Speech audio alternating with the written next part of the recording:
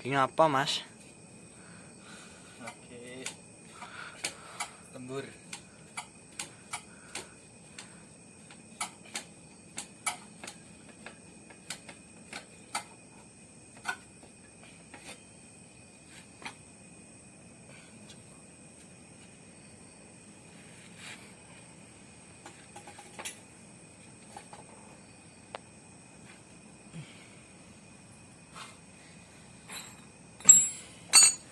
Oke, ini di kesempatan kali ini ya teman-teman, di sini saya akan kasih tahu bagaimana cara trik hemat biaya untuk kopling VGZ R. Hemat biaya tetapi hasilnya itu jabrik apabila kita gunakan untuk balap atau drag atau mungkin harian touring juga bisa. Oke, langsung aja ya teman-teman.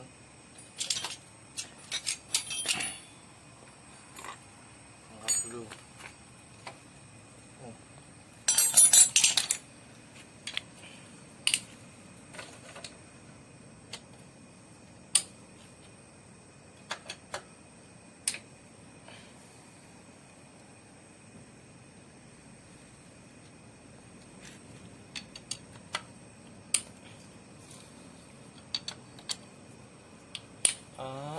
Ini seperti yang saya sebelumnya review ya teman-teman. Jadi sebelumnya ini kopling itu full TDR luar dalam, tapi dikarenakan itu dulu pas mesin selesai reset buat trek-trekan, latihan itu hose koplingnya itu patah satu. Jadi sekarang saya berikan merek SES, tetapi dengan kampasnya itu full ZR. Nah, nanti tak kasih tahu apa saja penyesuaian dengan rumah kopling SES R6 dengan menggunakan full kampas ZR. Nanti tak kasih tutorialnya.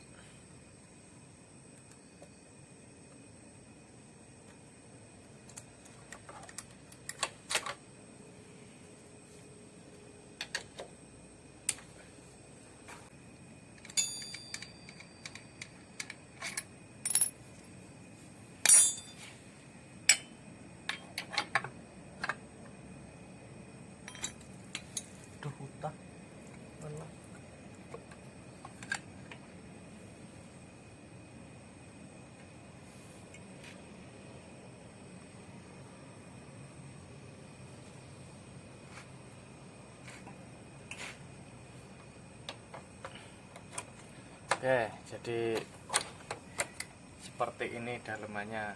Nah, ini kalian bisa lihat, ini kan punya SES ini per6. Nah, tapi saya di sini kampasnya full punya VGZ-R atau Jupiter Robot. Nah, ini penyakit Jupiter Robot atau VGZ-R series ini begini. Jadi as sekunder itu rawan aus, jadi begini nih. Ini yang membuat bunyi klek ngeklek pada saat stasioner. Ini penyebabnya. Oke, saya buka dulu ya.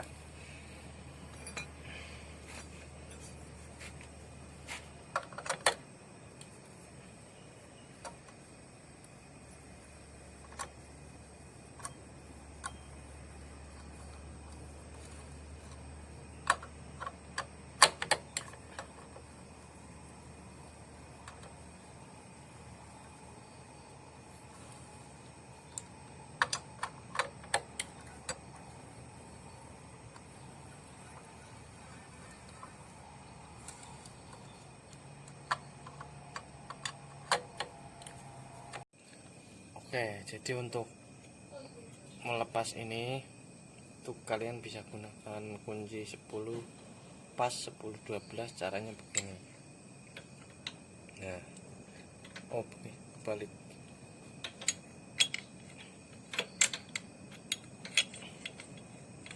Nah, begini.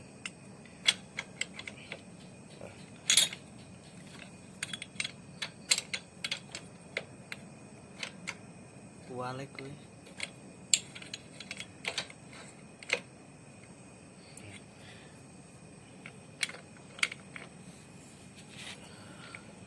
Ini tempatkan pada posisi yang benar. Jadi insya Allah kalau penempatannya benar, terus kalian nggak salah melepasnya, itu nggak bakal matahin kaki 6-nya ini atau kaki 4-nya.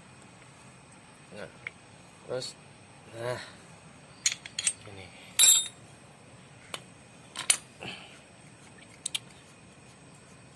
itu jika kalian benar menempatkan posisi kuncinya. Kalau di Vega ZR Tamiya atau Jupiter Robot itu bisa dicakolkan atau di apa ya bahasa Indonesianya, di lah intinya dicakolkan lah, bahasa Indonesianya apa iniin. Nah, gampang insya Allah, asal benar caranya gampang.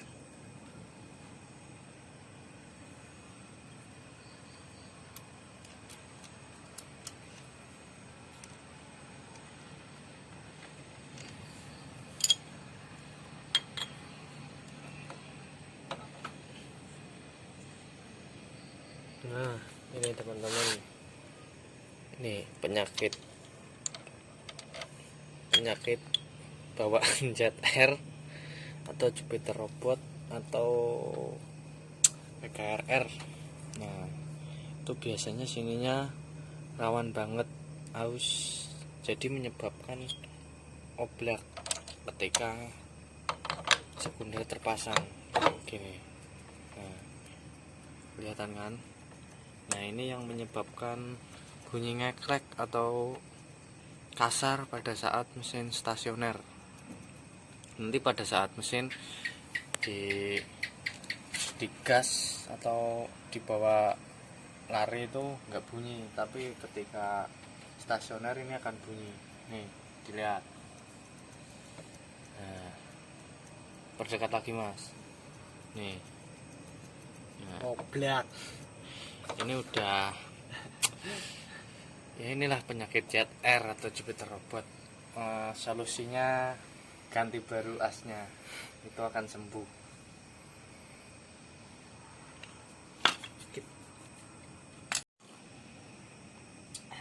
Ngopi dulu guys. Oke, kita lanjutkan.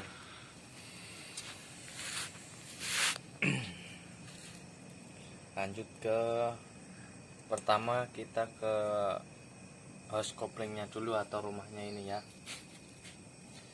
Nah, untuk rumah kopling di sini saya pakai punya MX lama, karena kalau beli TDR lagi itu nggak ada yang ngecer, cuma ininya aja. Jadi ya terpaksa saya akal sendiri. Jadi punya SCS pun begini, cuma menurut saya itu lebih padat ori MX gitu ininya ketimbang punya SCS. Nah, kalau ini kaki 6-nya saya pakai punya SCS. Jadi punya MX lama itu asal ori itu bahannya kelihatan lebih padat gitu daripada punya SCS. Nah, mungkin kalau TDR itu juga padat bahannya, cuma yaitu punya saya kebetulan patah. Nah, ini agak ribet ya kalau pakai house coupling MX lama itu. Jadi posisi pakunya itu enggak sesuai punya ZR, jadi harus kita custom sendiri itu. Nah, kalau punya ori MX kan kita ecer beli house couplingnya aja bisa. Oh ya, terus kan ini pakai CS. beda dengan MX. MX itu di sini ada tonjolan. Nah, kaki empatnya punya MX sini apa ya, lekuk. Jadi biar tonjolan di sini itu enggak gesekan sama ini. Nah, itu yang punya MX tonjolannya di gerinda, atau kalau ingin rapi banget dibubut biar enggak nabrak sini. Nah, itu. Nah, proses PNP nya gini teman-teman. Pertama yang harus kalian ubah itu kampasnya. Kan kalau karena ini pakai punya MX lama yang kakinya banyak, kan kampasnya punya MX lama itu pasti kecil-kecil. Ada yang kecil sama ininya kecil-kecil kampas couplingnya. Nah, kenapa saya pakai punya ZR itu? Pertama, karena punya ZR itu permukaannya lebar dan besar-besar posisi kampasnya. Nah, jadi kelebihannya itu lebih nggak gampang selip atau gaya geseknya itu lebih besar karena permukaannya yang lebar-lebar. Beda sama MX lama. Punya MX lama itu kecil-kecil. Bentar, saya nggak punya contoh. Oh, kalau nggak punya SJS bawaan ini rumah kopling SJS pun seperti MX lama, jadi kecil-kecil. Nah, jadi PNP nya itu begini teman-teman. Nah, kita pakai punya kampas ZR ori ya. PNP nya gitu begini. Kan kalau punya ZR, nah ini kan kalau udah saya gerinda hasilnya seperti ini. Nih, kalau bawaan ZR itu ada lebih panjang lagi, sehingga kalau di rumah MX itu nggak masuk. Nah, terus karena ini udah saya gerinda satu-satu, jadi bisa masuk. Nah, begitu teman-teman. Jadi kalian harus gerinda dulu bagian kaki-kakinya. Selain lebih lebar-lebar permukaannya, kampas ZR juga lebih tebal-tebal tuh, sehingga ini seumpama aja pir kalian nggak begitu, mungkin kalian pakai pir yang jelek karena kampasnya tebal-tebal, jadi pir itu lebih ketekan lagi. Ibaratnya ini loh, rumahan ini jadi agak keluar lagi karena penambahan ketebalan kampas, jadi akan lebih gigit. Dengan satu syarat, kalian harus teliti jangan sampai nabrak ini tutup atau rumah kopling tutup kaki enamnya ini, jangan sampai nabrak sini rumah-rumah tut sini. Nah, mungkin kalau ke SJS nya per 6 kaki 6 nya itu PNP ya tuh, karena sama, cuma beda lebar-lebar permukaan kampasnya aja yaitu. Terus yang kedua ini, seumpama aja kalian udah pakai kampas full ZR terus SJS per 6 atau mungkin TDL atau mungkin MX lama per 4 juga bisa kalian kombinasikan dengan kampas ZR. Nah, Mas, saya sudah pakai kampas ZR menggunakan rumah kopling MX lama, tapi kok selip-selip terus ya Mas. Nah, selain kalian harus memperhatikan kondisi kampas dan juga rumah kopling ini, kalian juga harus perhatikan sirkulasi oli yang ada di kopling sini. Jadi kalian harus perhatikan lancar atau tidak. Nah, ini kan kampas kalau di bebek itu kampas koplingnya sistemnya basah atau kerendam oli. Nah, gimana caranya? Seperti ini. Kalian bor dengan apa ya, jarak satu mata. Jadi seumpama di sini satu, kasih jarak satu, bor lagi, jarak lagi, bor lagi, dengan model zigzag. Supaya apa? Supaya semua kampas apabila terpasang di sini, nah itu akan terlumasi oleh oli yang keluar dari sini. Nah, akan keluar dari sini, melumasi kampas-kampas. Zigzag begini maksudnya. Nih, sini belok ke sini, sini, keluar lagi, ke dalam lagi, keluar lagi, dalam lagi, keluar, dalam. Nah, itu supaya kampas kalian selalu terbasahi dengan oli.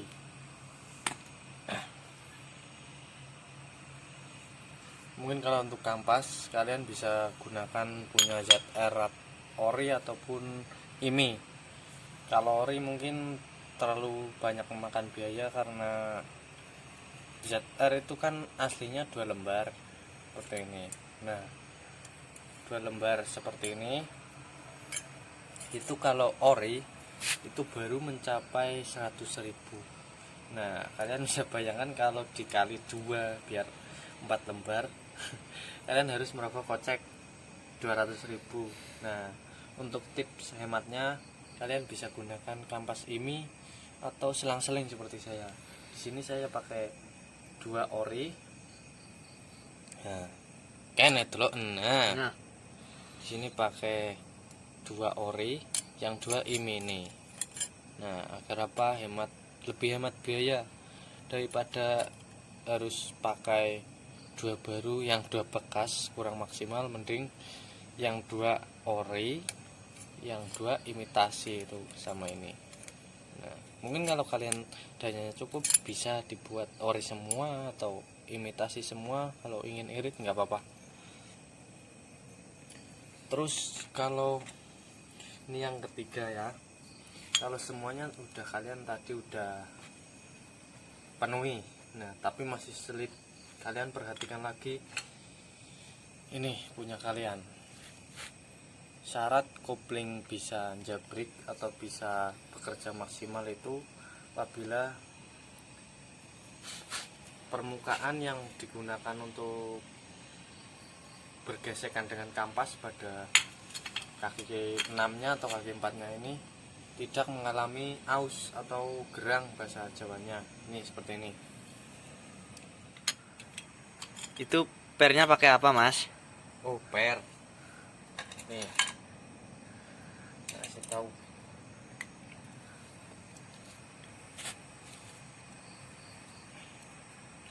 Untuk per ya. Nah, tadi kan kampas sudah, rumah kopling sudah, sekarang per. Di sini kan saya pakainya punya SCS per 6. Kalau pakai SCS semua itu kurang, rasanya di tangan itu agak kurang gitu. Ya udah keras sudah, tapi gimana ya, belum enak kalau buat road race-an. Mungkin kalau buat track ya nggak apa-apa, agak lebih keras nggak masalah. Nah, jadi untuk per di sini saya pakai SCS 3. Nah, yang 3 itu punya smash. Yang 3 punya smash.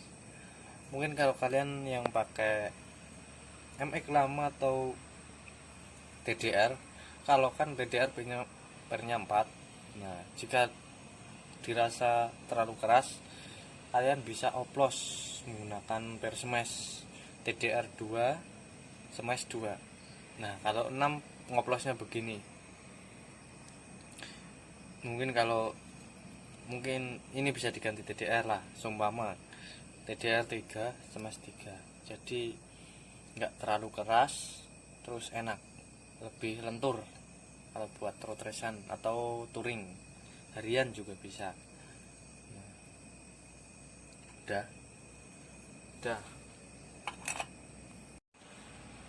oh ya, kan kemarin banyak yang nanya nih soal balancernya.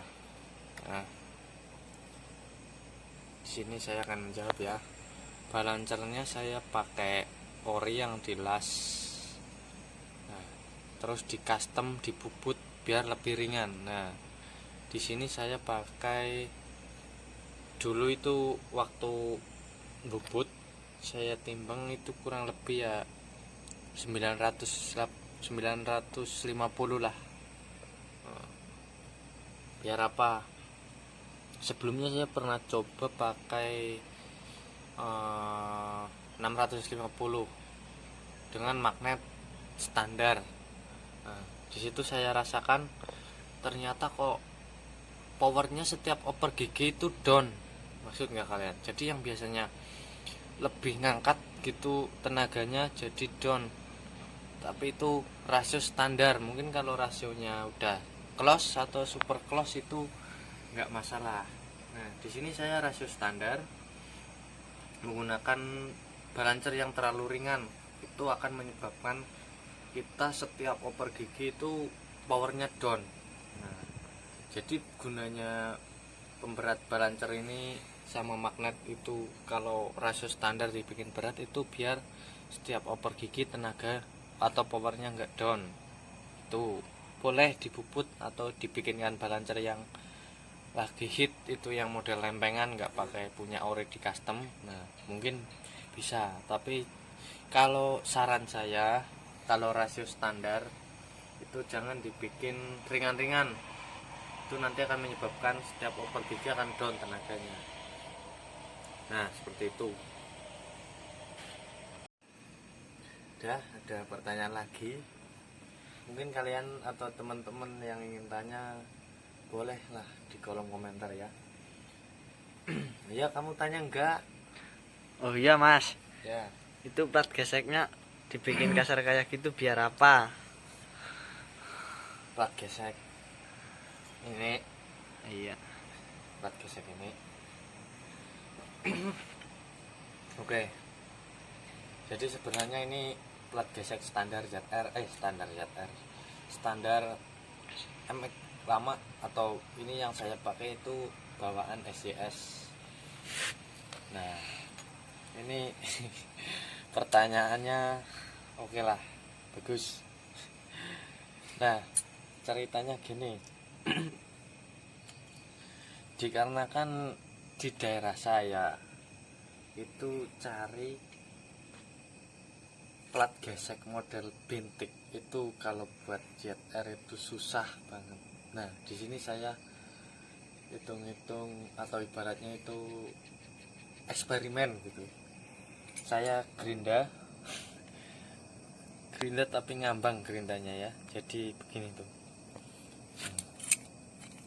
Yang lainnya juga ya. Tapi kalian jangan coba-coba tiru ya. Lebih baik kalian itu beli aja. Di online murah kok. Mungkin satunya itu 15.000 atau 20.000 selembarnya.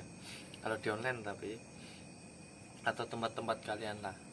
Nah, di sini saya memilih agar lebih hemat karena di tempat saya itu jarang banget yang jual plat gesek punya ZR atau Jupiter robot yang bintik. Itu susah carinya di sini.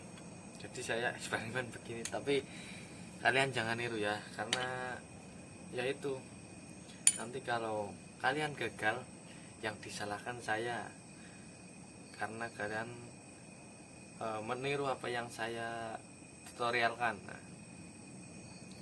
fungsinya sebenarnya itu menyimpan oli ya, menyimpan oli di setiap ini bintikan cekungan-cekungan yang saya buat, supaya kampas itu enggak kekurangan oli, sehingga tidak mengalami kampas kebakar atau gosong itu,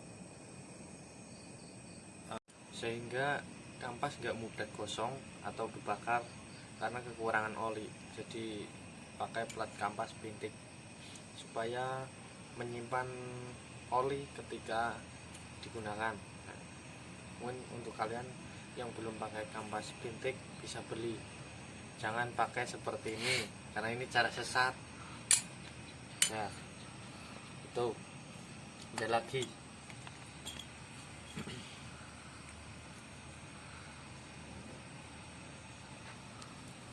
Oh iya mas, Apa? gimana caranya biar bersih kayak gini? Oh, ini Ya, pakai sabun colek. Enggak, bercanda.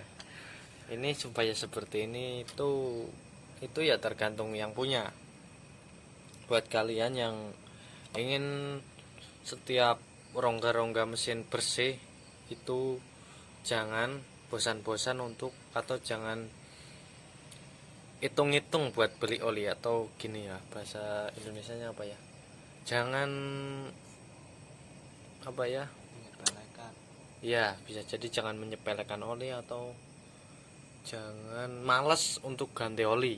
Nah, semakin kalian rutin ganti oli, maksudnya semakin rutin itu kalian seumpama 4000 km, sesudah 4000 km kalian ganti olinya rutin, itu jangan sampai telat, apalagi sampai kehabisan. Itu yang pertama, rutin ganti oli. Walaupun motor kalian jarang dipakai, ibaratnya ngandang, kalian ganti oli 5 bulan sekali atau 3 bulan sekali, ya sama aja kan, residu-residu akan menempel di bagian blok-blok kerengkes sini atau rongga-rongga mana aja. Nah, yang kedua, jangan menggunakan oli KW, karena oli KW itu gimana ya, yang oli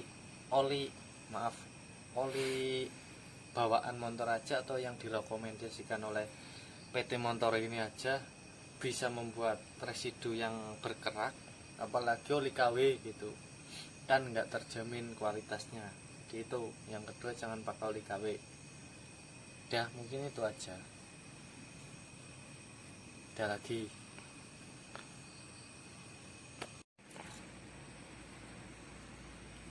Nah, untuk setut itu di sini saya pakai bawaan TDR. Nah, buat kalian yang mungkin setut TDR-nya atau setutnya udah rusak, biasanya kalau bikin kan cuma gini aja.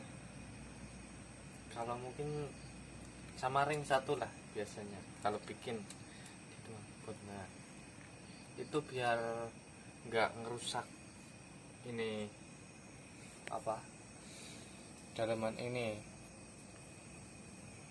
Atau kalau di MX lama itu malah udah bagus, jadi bawaan MX lama itu udah ada laharnya di sini, jadi nggak masalah kalau nggak pakai lahar bambu. Nah, kalau punya SJS gini kan kalau nggak sekalian beli sama blok SJS nya nggak dibawain setutnya, jadi kalian harus pakai lahar bambu seperti ini sama ring baja. Nah, ini ring baja ini nggak bisa, kalau dipur susah, keras karena ring baja. Nah, sehingga itu kita tarik kopling, putaran ini tutup lawannya kaki 6-nya itu bisa lebih lancar dan nggak aus. Kenapa? Karena nggak kemakan gesekan, karena nggak ada gesekan di sini karena pakai lahar. Nah, itu mungkin biar koplingnya enak, jadi ini akan lebih enteng putaran koplingnya ketika kita kopling, tarik koplingnya. Nah, ini kalau pasang jangan lupa ring pengganjal ininya, pengancing sama kopling agar nggak lepas, jangan lupa dipasang.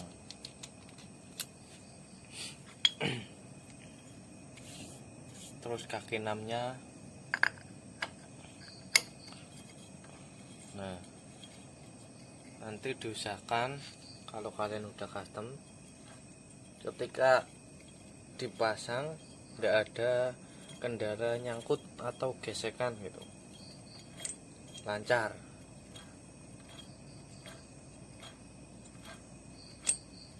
Nah, terus yang kedua, ini ketika ini dipasang ke as kundernya ini jangan sampai geol. Nah, itu kalau kopling punya kalian udah maksimal tetapi asnya bengkong sehingga menyebabkan geol, itu sama aja bohong. Karena apa? Kerja kopling akan kurang maksimal. Nah, kalian bisa cek ketika ini dipasang ya. Kalian puter-puter. Nah, bentar, belum saya kasih mur. Kasih mur bentar.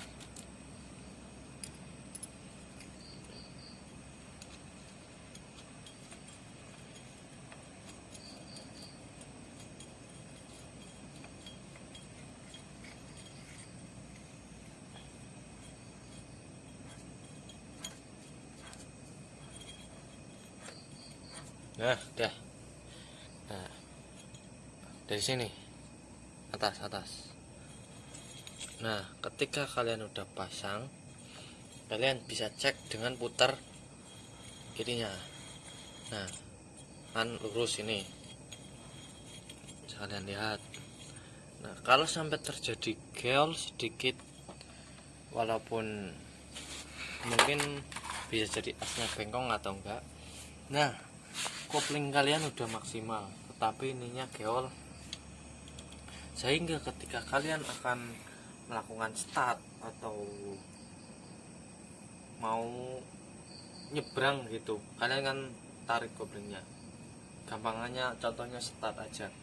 Kalau yang untuk balap ya, ketika kalian baru lepas kopling setengah, nah itu kan terasa gini apa ya, nyendat. Nah itu yang menyebabkan ini geol. Jadi kopling setengah nyangkut setengah enggak, kadang nyangkut kadang enggak. Nah itu yang membuat kopling kalian nyendat ketika buat setar atau mau nyebrang aspal. Kalian kopling dulu. Nah begitu mau jalan lepas dikit-dikit itu kopling masih ngupling, belum nyangkut tapi udah kerasa gini. Nah itu penyebabnya itu. Jadi kalian harus pastikan ini lurus ya, harus pastikan putarannya enggak geol. Kalau ini geol nggak masalah, ini udah penyakit ZR ya, ZR beserta keluarganya seperti Jupiter Robot, Vega RR. Ini udah lumrah lah kalau begini, kalau buat modifan. Tapi ya mungkin kalau yang pakai bapak terus rawat banget sama motornya mungkin nggak sampai kayak gini, karena kan bapak-bapak kalian kan tahu, atau emak-emak kan nggak mungkin buat tarik-tarikan gitu. Mungkin kalau buat kalian yang suka modif ZR atau Jupiter Robot, kalau habis di kopling, habis kalian pasang kopling manual, sebelumnya nggak ada masalah sama sekali dengan koplingnya ya. Begitu kalian rubah ke kopling manual, kalian rakit pasang, begitu bunyi greng, nah itu ada suara glek sama ngeklek, nah, berisik lah contohnya. Nah itu mungkin bisa jadi ini teman-teman, ini mengalami aus. Nah, solusinya beli as baru. Udah. Nah sekarang kita rakit kampasnya.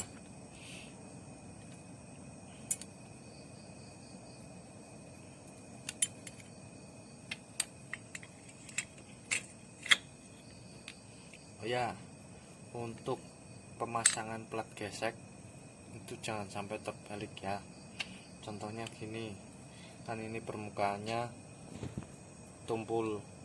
Oh tumpul, ini yang lancip. Nah ini yang tumpul. Oh kebalik, ini yang tumpul tuh. Nah ini yang lancip. Nah itu jangan sampai kebalik. Maksudnya gimana? Kalau yang tumpul kalian pasang di sini semua, ini kan yang tumpul dipasang di sini semua. Nah plat yang lain itu mengikuti yang tumpul ke arah sana semua. Kalau yang kalian pasang yang tumpul ke arah sana dan yang lancip ke arah sana, itu plat seterusnya juga ikut seperti itu. Jadi serasi kompak gitu, supaya apa, kerja kopling kalian itu maksimal. Duh rogol. Nah itu